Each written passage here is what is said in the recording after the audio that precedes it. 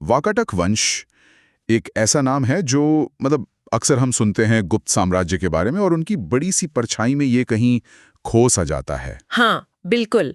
अक्सर इसे अनदेखा कर दिया जाता है। सही कहा। लेकिन जब हम छत्तीसगढ़ के इतिहास में झांकते हैं तो इस वंश का नाम बार बार सामने आता है। सीजीपीएससी की तैयारी करने वालों के लिए तो ये एक बेहद जरूरी अध्याय है। बिल्कुल। तो आज हमारे पास जो स्रोत हैं उनके आधार पर हम वाकाटक वंश की कहानी को परत दर परत समझेंगे। ये कौन थे, गुप्तों और दूसरे पड़ोसियों से इनके रिश्ते कैसे थे, और सबसे जरूरी छत्तीसगढ़ के लिए इतने अहम क्यों हैं। चलिए, इस दिलचस्प कहानी की गहराइयों में उतरते हैं। बिल्कुल। वाकाटकों की कहानी को समझने के लिए हमें थोड़ा पीछे जाना होगा, उस वक्त जब दक्कन में सातवाहनों का राज खत्म हो रहा था। अच्छा। उसी राजनीतिक खालीपन में वाकाटक एक नई शक्ति बनकर उभरे। स्रोतों के मुताबिक इस वंश की नींव विंध्य शक्ति ने रखी। विंध्य शक्ति। हाँ, और देखते ही देखते इनका असर मध्य भारत से लेकर दक्कन तक फैल गया, जिसमें आज का बस्तर यानी उस समय का विशाल दंडकारण्य क्षेत्र भी आता था।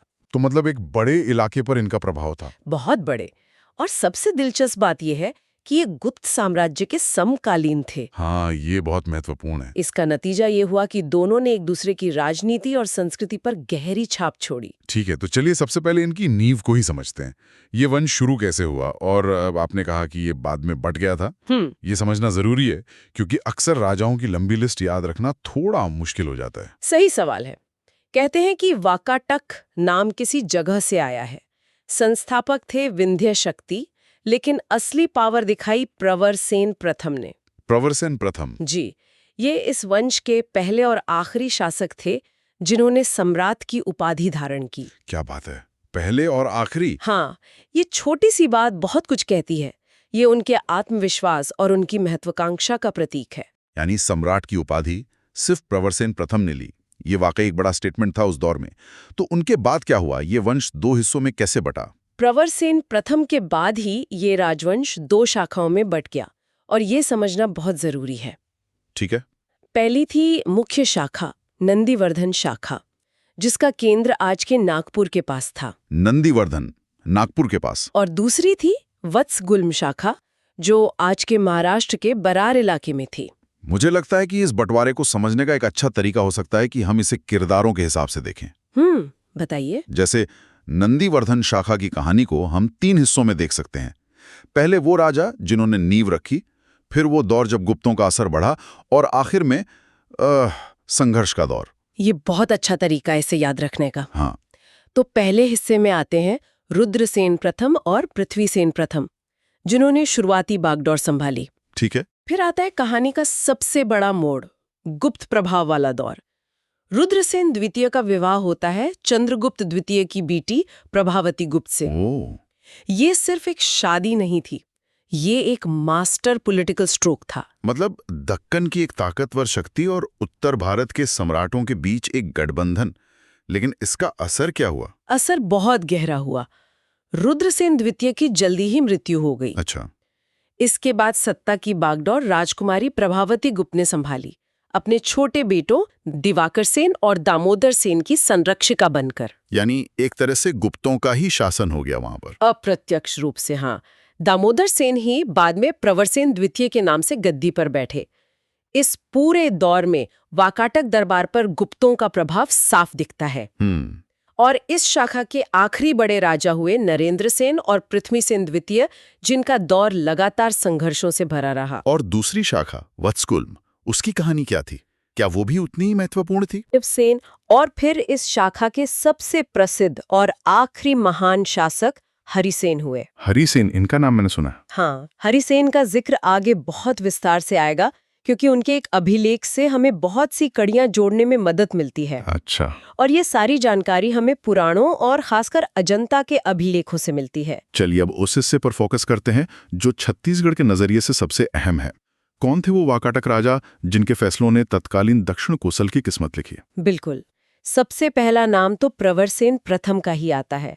सम्राट की उपाधि तो थी ही, लेकिन उन्होंने 4 अश्वमेध यज्ञ करवाए। 4?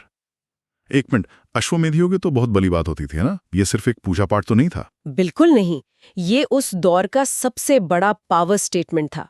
समझिए जैसे आज कोई देश अपनी सबसे बड़ी मिलिट्री परेड दिखाता हो। अच्छा। राजा का घोड़ा 1 साल के लिए छोड़ा जाता था और वो जिन जिन इलाकों से बिना रोक टोक के गुजर गया वो सब राजा के अधीन मान लिया जाता था। और इन्होंने 4 बार किया? 4 बार। इसका मतलब था पूरे मध्य भारत को ये संदेश देना कि असली सम्राट कौन है। वाह, ये तो वाकई उनकी ताकत का खुला प्रदर्शन था। इसके बाद छत्तीसगढ़ के संदर्भ में अगला बड़ा नाम किसका आता है? अगला नाम आता है महेंद्र सेन का, और इनका जिक्र एक ऐसी जगह मिलता है जो भारतीय इतिहास का एक मील का पत्थर है, समुद्रगुप्त की प्रयाग प्रशस्ति में। प्रयाग प्रशस्ति? हाँ। हाँ।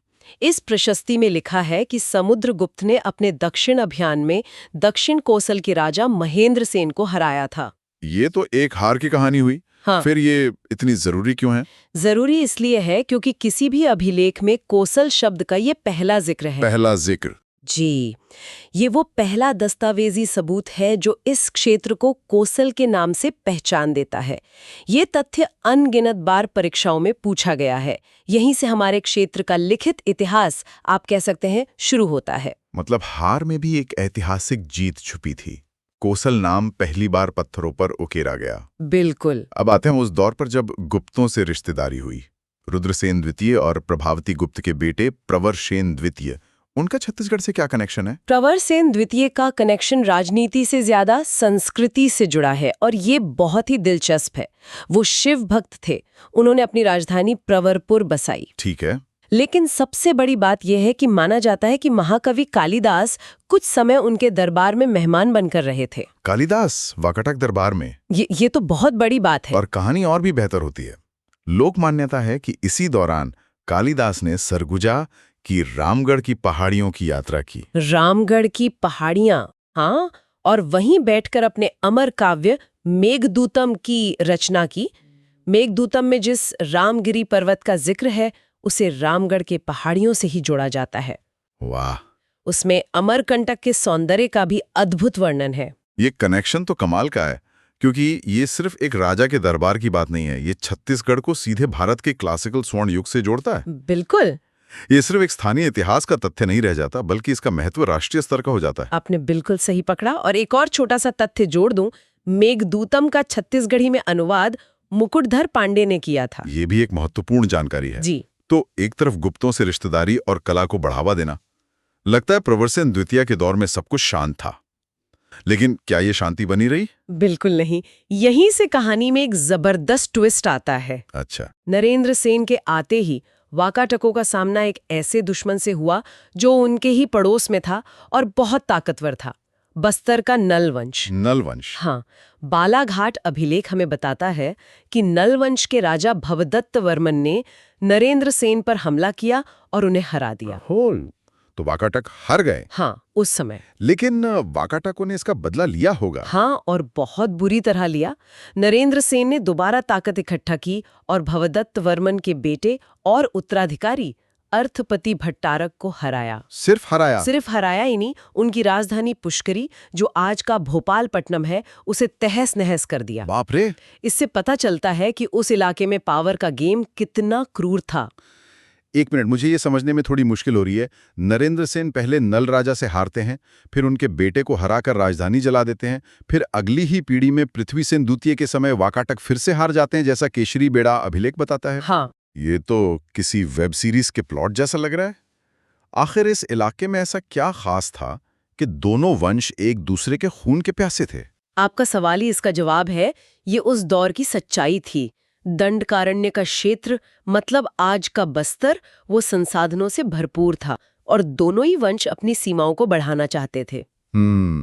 ये सिर्फ राजाओं की लड़ाई नहीं थी, ये दो क्षेत्रीय महाशक्तियों के बीच वर्चस्व की जंग थी जो पीढ़ियों तक चली। और इस पूरी कहानी में वत्सगुल्म शाखा कहाँ थी? क्या वो चुपचाप ये सब देख रही थी? नहीं, वो भी इस खेल में शामिल थे। वत्सगुल्म शाखा के राजा देवसेन ने मौके का फायदा उठाया और नंदीवर्धन शाखा पर ही हमला कर दिया और नरेंद्र सेन को हराया। अरे, मतलब अपने ही लोगों पर? हाँ, ये वाकाटक वंश की अंदरूनी कलह को भी दिखाता है।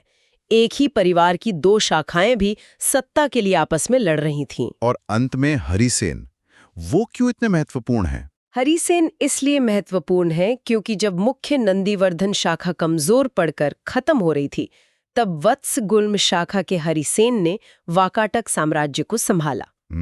वो इस वंश के आखिरी महान शासक थे। अच्छा। उनका अजंता अभिलेख हमारे लिए एक खजाने जैसा है। उसी से हमें कोसल क्षेत्र पर वाकाटकों के शासन की पुष्टि और उनकी पूरी वंशावली की जानकारी मिलती है। तो अगर हम इन सारी कड़ियों को जोड़ें तो वाकाटकों के राजनीतिक रिश्तों की एक बड़ी तस्वीर उभरती है।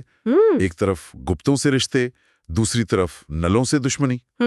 इन रिश्तों की असलियत क्या थी? बहुत बढ़िया सवाल। चलिए इसे थोड़ा और खोलते हैं। गुप्त वाकाटक संबंध शादी पर आधारित जरूर था, लेकिन ये बराबरी का रिश्ता नहीं था। बराबरी का नहीं था। नहीं, प्रभावती गुप्त का पूना अभिलेख एक बहुत बड़ी बात बताता है कि वाकाटकों ने गुप्तों की अधीनता स्वीकार कर ली थी। ये तो दिलचस्प है। एक तरफ तो प्रवरसेन प्रथम सम्राट की उपाधि ले रहे हैं और कुछ ही पीढ़ियों बाद उनका वंश गुप्तों की अधीनता स्वीकार कर रहा है। बिल्कुल। इससे पता चलता है कि उस दौर में राजनीतिक हवा कितनी तेजी से बदलती थी। ये गठबंधन शायद सिर्फ एक मजबूरी नहीं, बल्कि नल वंश जैसे क्षेत्रीय दुश्मनों से बचने का एक स्मार्ट पॉलिटिकल मूव भी हो सकता था। अच्छा, ये भी एक एंगल है। और दूसरा रिश्ता था नल वाकाटक संबंध, जो लगातार संघर्ष, बदला और एक दूसरे को नीचा दिखाने का था। ये उस युग के क्षेत्रीय राजवंशों के बीच सत्ता संघर्ष का सबसे क्लासिक उदाहरण है। तो हमारे पास अलग-अलग राजाओं की जीत और हार की अलग-अलग कहानियां हैं, जो अलग-अलग अभिलेखों से आ रही हैं। एक इतिहासकार के तौर पर आप लोग सच का पता कैसे लगाते हैं? ये तो एक जासूसी का काम जैसा लगता है। बिल्कुल, और यही इतिहास का असली मजा है। हमें इन सभी स्रोतों को एक साथ रखना पड़ता है। जैसे हमें प्रयाग प्रशस्ति से महेंद्र सेन की हार और कोसल नाम का पता चलता है। फिर बालाघाट अभिलेख नरेंद्र सेन की हार बताता है, तो केशरी बेड़ा अभिलेख पृथ्वी सेन द्वितीय की। सब अलग-अलग बातें कह रहे हैं। हाँ, वहीं अजंता अभिलेख हरिसेन के शासन की पुष्टि करता है और पूना अभिलेख गुप्तों की अधीनता की। हर अभिलेख कहानी का एक टुकड़ा है। तो आप लोग इन टुकड़ों को जोड़ते कैसे हैं? हमें देखना पड़ता है कि कौन सा राजा ज्यादा बढ़ा चढ़ाकर लिखवा रहा होगा और कौन सी बात दूसरे स्रोतों से मेल खाती है। इन सभी टुकड़ों को जोड़कर ही हम उस युग की एक धुंधली ही सही पर एक तस्वीर बना पाते हैं। तो आज की इस चर्चा से यह साफ है कि वाकाटक सिर्फ दक्कन के एक राजा नहीं थे, बल्कि वे छत्तीसगढ़ के इतिहास की कहानी के एक मुख्य किरदार थे। बिल्कुल। कोसल नाम के पहले सबूत से लेकर कालिदास के मेघदूतम की प्रेरणा तक और नल वंश के साथ चली लंबी दुश्मनी तक उनका असर हर जगह था। हर जगह। उनकी कहानी एक सर्वाइवल की कहानी है। एक तरफ विशाल गुप्त साम्राज्य और दूसरी तरफ नल वंश जैसे पड़ोसी जो हमेशा मौके की तलाश में रहते थे। बिल्कुल सही कहा आपने। और अंत में मैं एक सवाल के साथ छोड़ना चाहूंगी। जरूर। हमारे पास जो भी अभिलेख हैं, वो हमें राजाओं, रानियों, युद्धों और संधियों के बारे में बताते हैं, लेकिन इन सब राजनीतिक उठापटक के बीच बस्तर के घने जंगलों में या महानदी के किनारे बसे गांव में आम इंसान की जिंदगी कैसी रही होगी?